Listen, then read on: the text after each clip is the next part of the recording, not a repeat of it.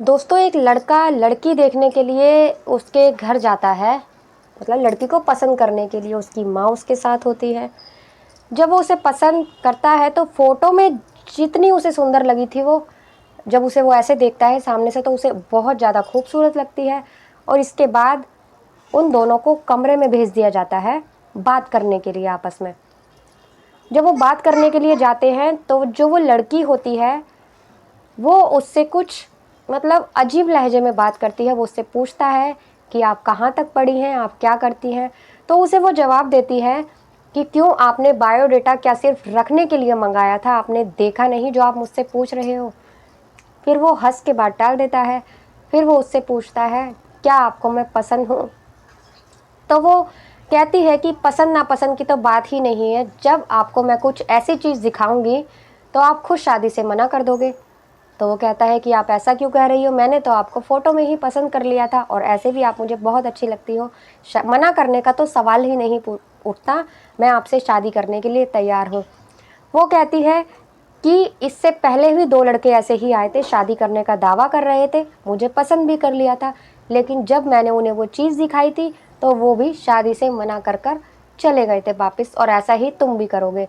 वो उसे सच्चाई बताने ही वाली होती है, दिखाने ही वाली होती है जो वो उसे दिखाने वाली थी।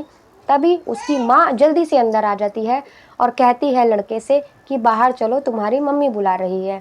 लड़के को अपने साथ लेकर चली जाती है। तो दोस्तों ऐसा क्या सच्चाई थी उस लड़की की जो वो उसे दिखाने वाली थी और उसकी माँ दिखाने से मना कर देती है।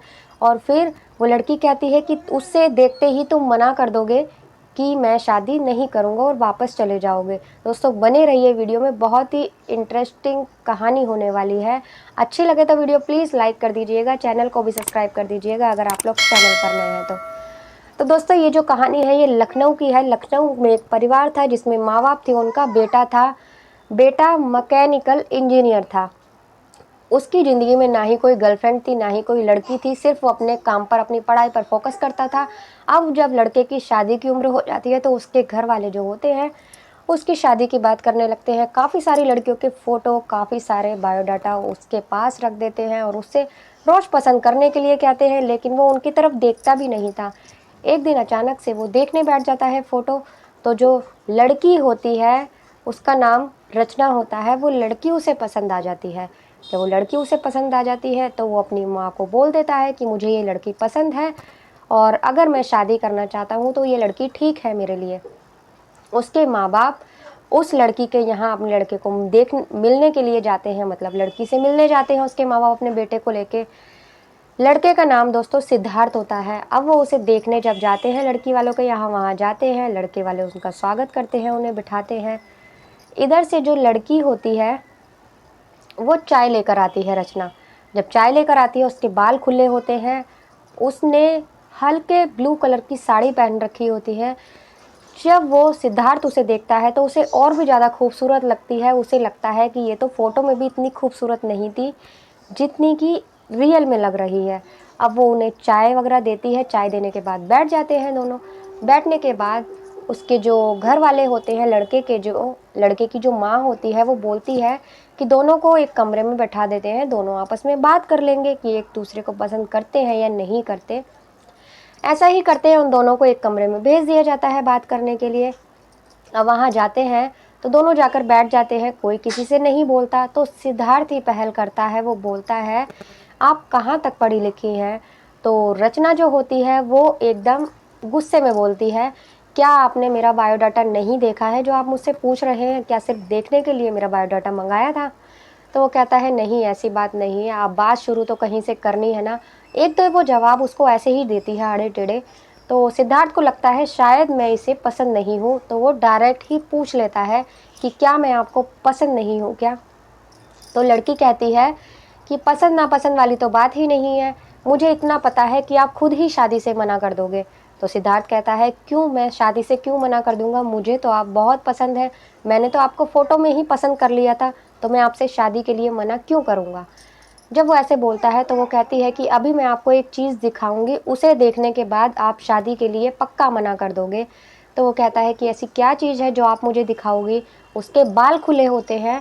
अब वो जैसे ही अपने बाल ऐसे करके हाथ करती है वो आगे की तरफ, वैसे ही उसकी माँ आवाज़ लगाती है और अंदर आ जाती है और कहती है कि अब बस बहुत हो गई बातें, अब चलो बाहर, सब आप दोनों का वेट कर रहे हैं। वो सिद्धार्थ को अपने साथ लेकर चली जाती है बाहर।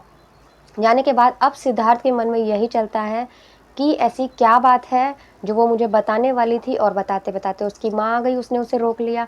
लेकिन सिद्धार्थ बहुत खुश होता है। अब उसकी माँ उसकी हाँ का वेट कर रही होती है सिद्धार्थ की कि मेरा बेटा आएगा और जल्दी से मुझे ये खुशखबरी देगा कि मुझे लड़की पसंद है, क्योंकि बहुत सालों से वो अपने बेटे की शादी का वेट कर रही थी।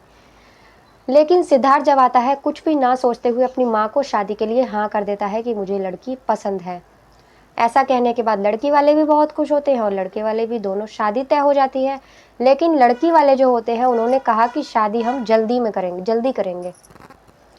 शादी तय हो जाती है, अपने अपने घर चले जाते हैं दोनों, लेकिन सिद्धार्थ ने उसका नंबर नहीं लिया था। अब अपने घर चले जाते हैं, लेकिन सिद्धार्थ के मन में यही चलता रहता है कि वो क्या कहने वाली थी उस मुझसे, आखिर ऐसी क्या सच्चाई थी जो दो लड़के उसे पहले भी ऐसे छोड़कर जा चुके हैं। अब उसके मन में यही बातें चलती रहती है। वो उससे बात करने की कोशिश करता है तो भी बात नहीं हो पाती, क्योंकि उसका नंबर ही नहीं था उसके पास। अब एक दिन अपनी माँ से कहता है कि माँ, उसके घर पे, रचना के घर पे फ़ोन करो और उसकी मम्मी से रचना का नंबर ले लेना, आप बातों बातों में कैसे भी। अब उसकी माँ ऐसे ही करती है। उसकी माँ उसके घर पे फ़ोन करती है और बातों बातों में कहती है कि मुझे मेरी बहू का नंबर दे दो, उससे बात करने का मन कर रहा है। तो जो रचना की माँ होती है वो कहती है कि रचना का फ़ोन ख़राब पड़ा हुआ है, अभी उससे बात नहीं हो सकती है, अगर आपको बात करनी हो तो आप ऐसे ही कर लो, लेकिन उसका फ़ोन अभी ख़राब है। ऐसा कहने के बाद वो फ़ोन रख देती है। तब भी नंबर नहीं मिल पाता। वो अपने ऑफ़िस में ही होता है एक दिन कि अचानक उसका फ़ोन बजता है। जब वो फ़ोन रिसीव करता है तो देखता है कि उधर रचना ही होती है दूसरी तरफ। तो वो रचना से कहता है कि ऐसी क्या बात थी जो तुम मुझे बताने वाली थी, और तो वो कहती है कि मेरी मम्मी ने मेरा फ़ोन ले लिया है और मैं अपनी फ्रेंड के फ़ोन से आपको फ़ोन कर रही हूँ, मैं उसके ही रूम पर आई हुई हूँ, और क्या अभी आप मुझसे मिल सकते हो? सिद्धार्थ तो वैसे ही उससे मिलने के लिए बेकरार था, उससे बातें पूछनी थी उसे, तो वो तैयार हो जाता है, कहता है हाँ, मैं तुमसे मिलना चाहता हूँ। तो वो उससे मिलता है, मिलने के बाद ही उससे पूछता है कि ऐसी क्या बात थी उस दिन जो तुम मुझे बताना चाहती थी, और तुम्हारी मम्मी उस तुम्हें ले गई थी, क्या तुम्हारी मम्मी हमारी बातें सुन रही थी? तो वो कहती है कि हाँ, मेरी मम्मी नहीं चाहती थी कि मैं तुम्हें वो सच्चाई बताऊँ, लेकिन मैं झूठ पे शादी नहीं करना चाहती, मैं सच्चाई के साथ शादी करना चाहती हूँ। अभी भी मैं यही कहती हूँ कि अगर तुम्हें सच्चाई पता लगेगी तो मुझसे तुम शादी तोड़ दोगे। ऐसा कहने के बाद वो बोलता है कि ऐसी क्या सच्चाई है, मुझे बताओ। तो वो अपने बाल आगे करती है, बाल आगे करने के बाद अपनी गर्दन उसको दिखाती है। उसकी गर्दन पर एक लक्ष्य नाम का टैटू होता है जो कि उसने बनवा रखा होता है एक लड़के का। तो वो कहता है ये कौन है, किसका नाम है?